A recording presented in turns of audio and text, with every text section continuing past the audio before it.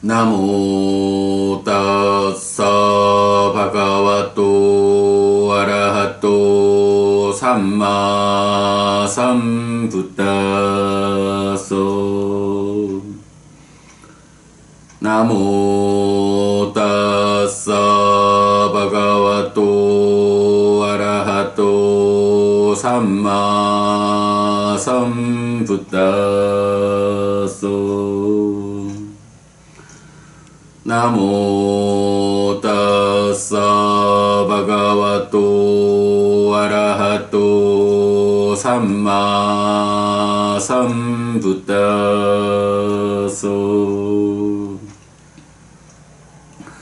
그분 세존 아라한 정등각께 절합니다.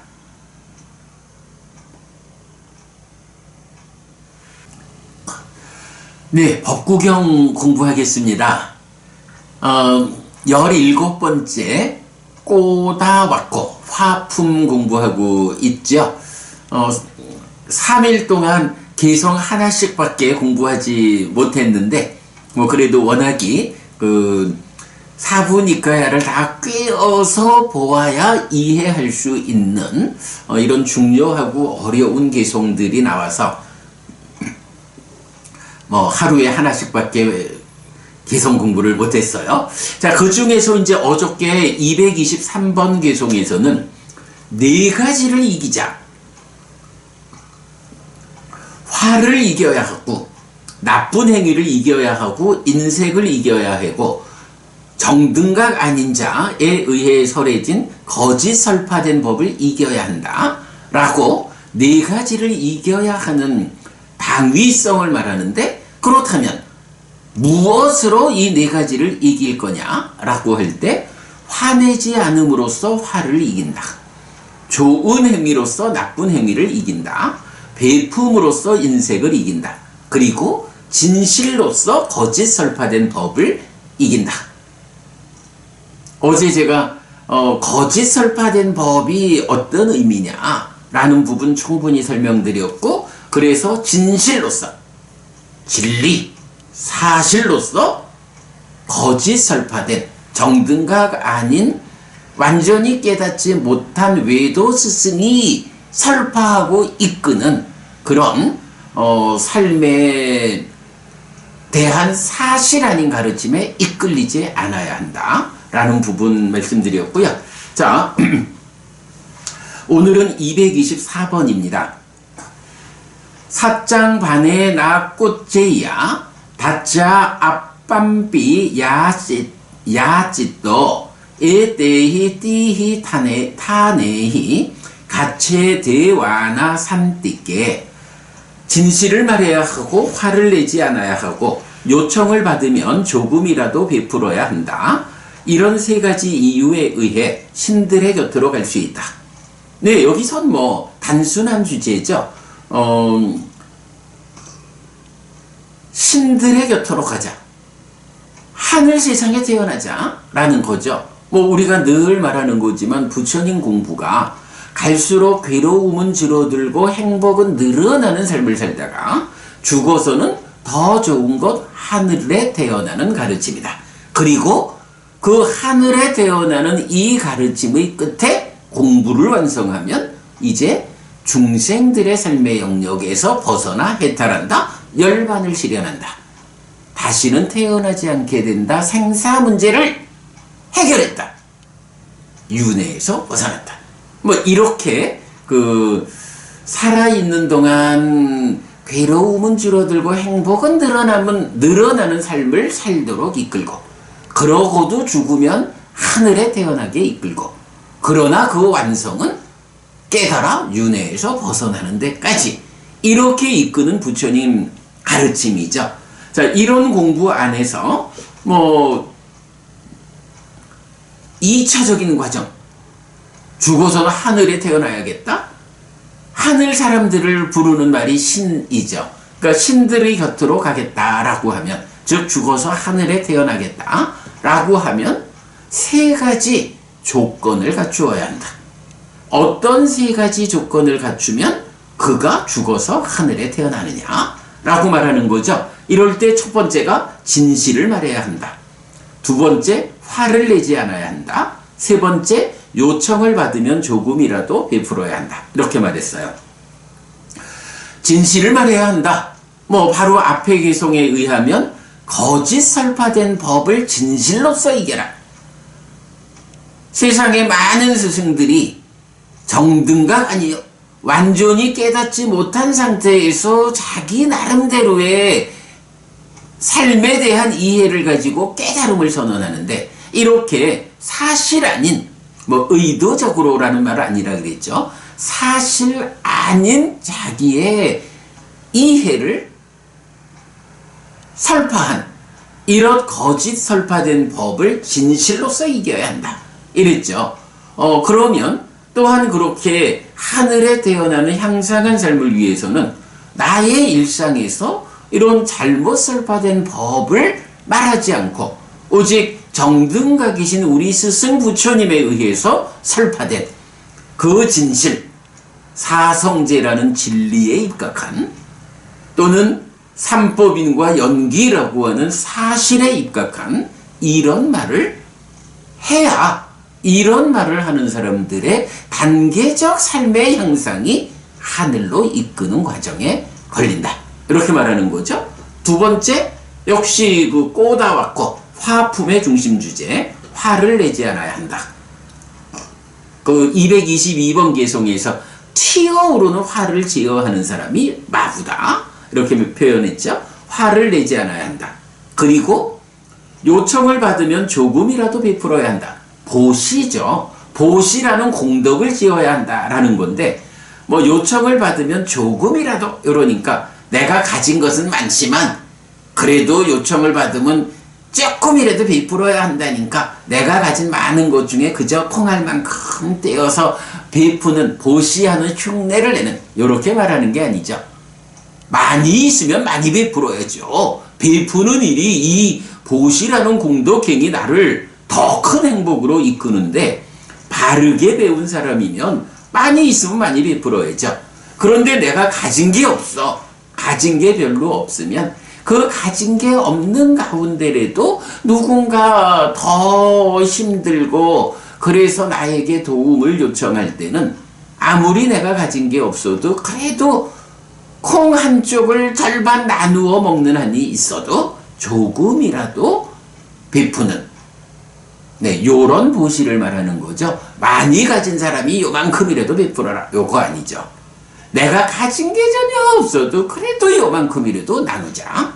네, 이렇게 베푸는 일, 이런 보시. 바로 이렇게 진실을 말하고 화를 내지 않고 조금이라도 베푸는, 보시하는 요런 세 가지 삶을 살면 바로 이 세 가지가 이유가 되어가지고 신들의 곁으로 간다, 하늘에 태어난다. 이렇게 말하는 거죠. 자, 225번입니다. 아행사가 예 문화여 니짱가 예나 상웃다 때얀때 악주땅 타낭 야타간뜨와 나소짜래. 항상 몸으로 단속하는 비폭력의 성자들, 그들은 영원한 평화의 경지로 간다. 거기로 간 뒤에 슬퍼하지 않는다. 네, 일단은 뭐 우리가 위따까 상까빠, 그러니까 생각이 떠오른다, 그리고 사유한다.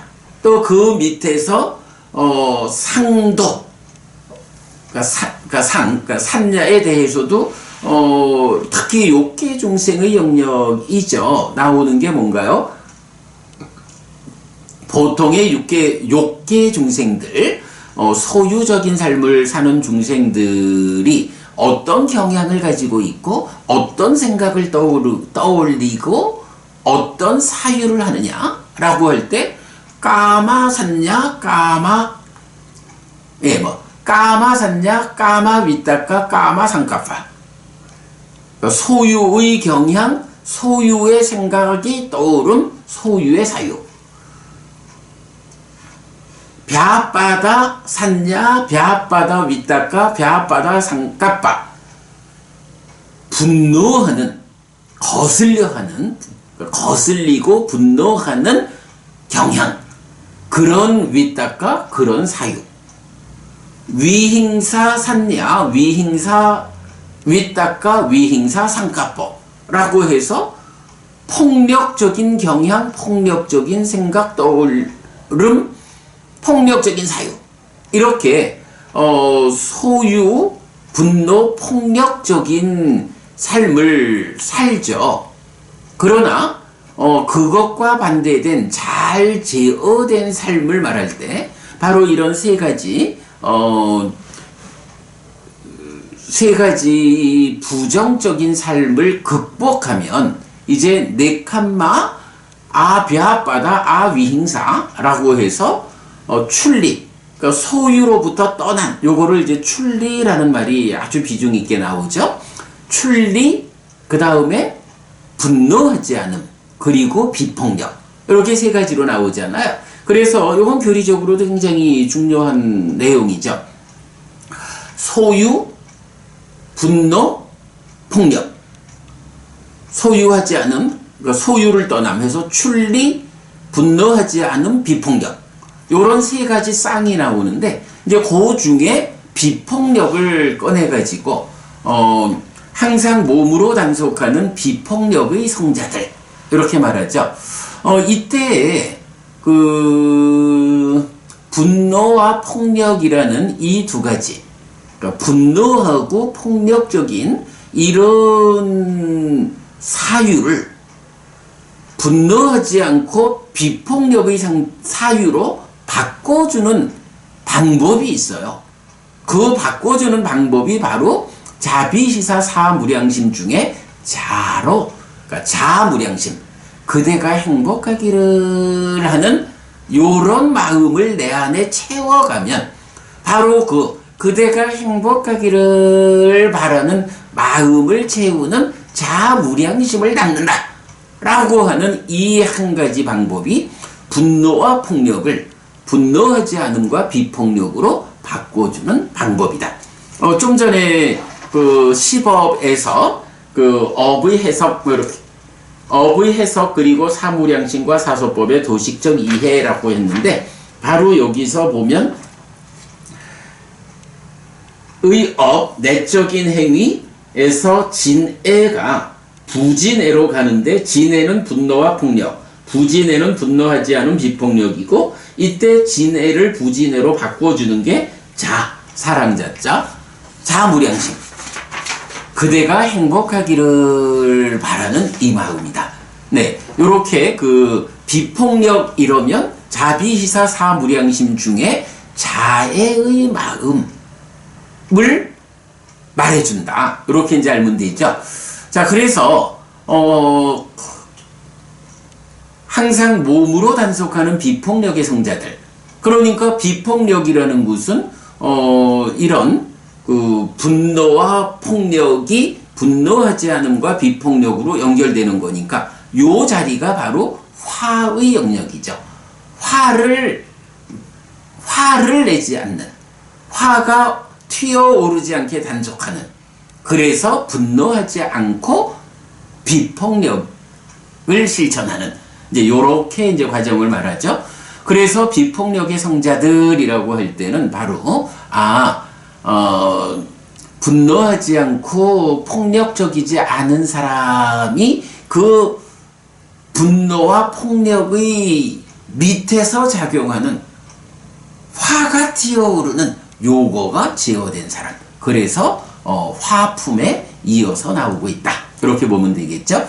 그들은 영원한 평화의 경지로 간다. 예, 이렇게 감탐하지 않고 그래서 출리와 분노하지 않음과 비폭력이라는 요런 삶을 항상 몸으로 단속해서 실천하는 이런 비폭력의 성자들이 영원한 평화의 경지, 즉 열반을 향해서 나아간다. 그리고 거기 열반에 도달하고 나면 슬퍼하지 않는다. 예, 제가 이 독송집에 어저께 이제 마지막 그 마무리해서 보내면서 요 표지가 있잖아요. 요 표지의 안쪽에다가 그냥 글 하나를 딱 그 박스 쳐서 넣었거든요. 그 내용이 뭐냐 하면, 잠시만요.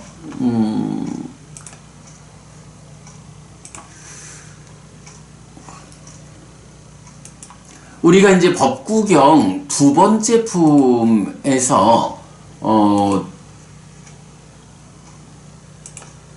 28번 기성인가 그래요. 잠시만요.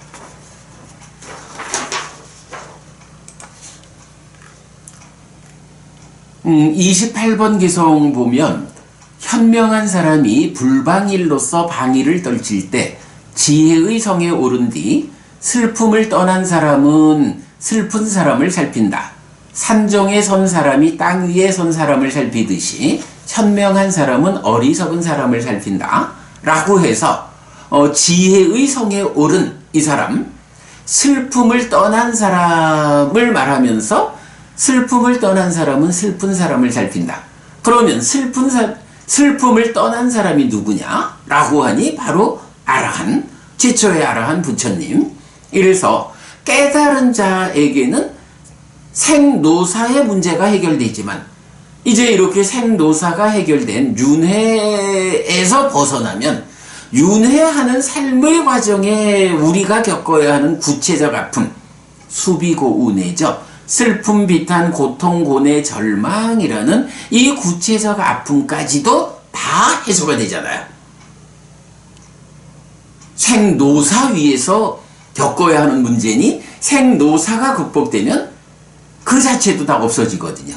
이래서 우리가 구체적으로 겪는 아픔, 슬픔, 비탄, 고통, 고뇌, 절망을 대표해서 그 앞에 있는 쏘까, 슬픔이라는 걸 앞에 놓고 깨달은 자에게는 이제 슬픔이 없다. 깨달았다라고 하는 것은 구체적인 아픔의 영역, 슬픔으로 대표하는 구체적 아픔을 다 떠났다. 이제 슬프지 않다. 이게 깨달은 자 아라한을 지시하고 최초의 아라한 부처님 이야기를 하거든요. 그래서 우리 독성집 첫 번째 경, 첫 번째 경이 이제 범천의 요천경이잖아요. 그 범천의 요천경에서도 부처님이 법을 설할까 말까 뭐 이제 이런 때에 사한파티 범천이 나와가지고 부처님에게 법을 설하셔야 됩니다. 이 말 이렇게 권청하는 중에도 보면, 그와 같이 법으로 만든 궁전에 올라 슬픔을 떠난 분께서는 슬픔에 빠져 있고 태어남과 늙음에 압도된 저들을 살피십시오. 라고 해서 부처님 슬픔을 떠나셨으면 이제 슬픔을 겪고 있는 많은 중생들을 살펴보십시오. 부처님 슬픔을 떠난 분의 입장에서 슬픔을 떠나지 못한 중생들의 아픈 현실을 살펴주십시오. 부처님께서 슬픈 사람들을 살펴주심으로써 그 슬픈 사람들이 슬픔을 떠날 수 있도록 이끌어 주십시오. 스승이 되어 주십시오. 요렇게 권하는 장면이죠. 요렇게 이제 그 슬픔이라는 거, 를 아니고, 슬픔이 가지는 그 비중을 그렇게 말하고 있어요. 그래서 이제, 바로 이 화품의 225번 개성에서도 항상 몸으로 단속하는 비폭력의 성자들, 자비시사 사무량심, 첫 번째 자애의 마음, 그들은 영원한 평화의 경지로 간다. 열반을 실현한다. 그렇게 그러니까 거기로 간 뒤 열반을 실현한 뒤에 슬퍼하지 않는다. 생노사의 문제가, 생사 문제가 해결돼서 다시는 태어나지 않게 되었다. 윤회에서 벗어났다. 그렇기 때문에 윤회하는 중생들이 겪어야 하는 구체적 아픔, 슬픔, 비탄, 고통, 고뇌, 절망이 다 해소되었다. 다시는 슬퍼하지 않고 비탄에 또 빠지지 않고 고통, 고뇌, 절망하지 않는 상태가 되었다. 근데 요게 열반을 실현한 아라한의 깨달은 삶이거든요. 예, 거기로 간 뒤에 슬퍼하지 않는다. 그래서 화를 내지 않는다라는 것은 이렇게 분노와 폭력이라는 그 자애의 마음을 통해서 극복해야 하는 거고요. 이렇게 항상 몸으로 단속하는 비폭력의 성자들, 자애의 마음을 닦는 이들이 이어지는 사마타 위파사나의 공부 과정을 통해서 영원한 평화의 경지, 깨달음으로 나아가고, 그렇게 깨달아서 열반이 실현된 거기로 간 뒤에는 슬퍼하지 않는다. 예. 어쨌든 이제 우리 독성집의 그 표지 바로 안쪽에 제가 그래 그 얘기를 하다 말았네. 바로 요 글귀를 넣은 거예요. 슬픔을 떠난 사람은 슬픈 사람을 살핀다. 그러면 이 이야기 뭐죠? 슬픔을 떠난 사람, 부처님께서는 슬픔을 떠나지 못한 중생이라는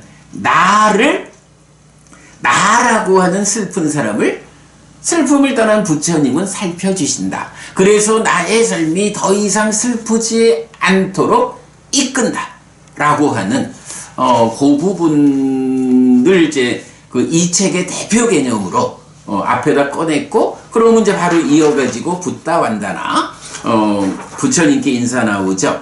그러니까 우리가 나모 따싸 바가와또 아라핫또 삼마삼부따싸 그분 세존아라한 정등각께 절합니다 라고 했는데, 그분 세존아라한 정등각이 누구냐? 바로 옆에 페이지에서 슬픔을 떠난 사람은 슬픈 사람을 살핀다. 슬픔을 떠나신 그분 세존아라한 정등각께서 슬픈 사람, 슬픔을 떠나지 못한 나를 살펴주는 스승이다. 그러기 때문에 나는 그분 세존아라한 정등각께 절한다. 이런 메시지를 바로 슬픔을 떠난 사람은 슬픈 사람을 살핀다라는 요 한 구절을 나타내 줌으로써 마지막에 가서 이 독성집의 그 커다란 흐름의 출발을 정의했죠. 네, 어제 그 작업 마쳤어요. 아무튼 뭐 이제 조만간 뭐 인쇄하는데 글쎄 한 열흘 안팎 걸릴까 그래요. 뭐 조만간 이제 책이 출판되어 나올 겁니다. 그러면 시중 서점에서도 판매가 될 거고, 또 근본경전연구회 자체가 이제 출판사 등록을 했고, 또 도소매 등록이 되어 있어서 우리가 직접 온라인으로 그 주문을 받아서 보내드리기도 해요. 판매도 하고. 또 뭐 개중에 여러분 뭐까지 돈 3만 원의 문제가 아니다. 내가 그래도 해피스님과 함께 공부를 할 건데 해피스님이 사인한 책을 하나 선물 받고 싶다 라고 하시면 언제든지 뭐 홈페이지를 통하든 뭐 홈페이지에서 제 전화번호도 있죠. 연락 주시면 공부를 함께하는 여러분들에게는 얼마든지 선물할 수 있다 라는 거 말씀드려요. 네, 여러분, 오늘도 부처님의 언어로 부처님의 가르침을 독송하면서 하루를 잘 시작했습니다. 잘 시작한 오늘 하루 여러분 내내 편안하시고 이익과 행복을 쌓는 시간 되시기 바랍니다. 함께 해주셔서 고맙습니다. 여러분 행복하십시오.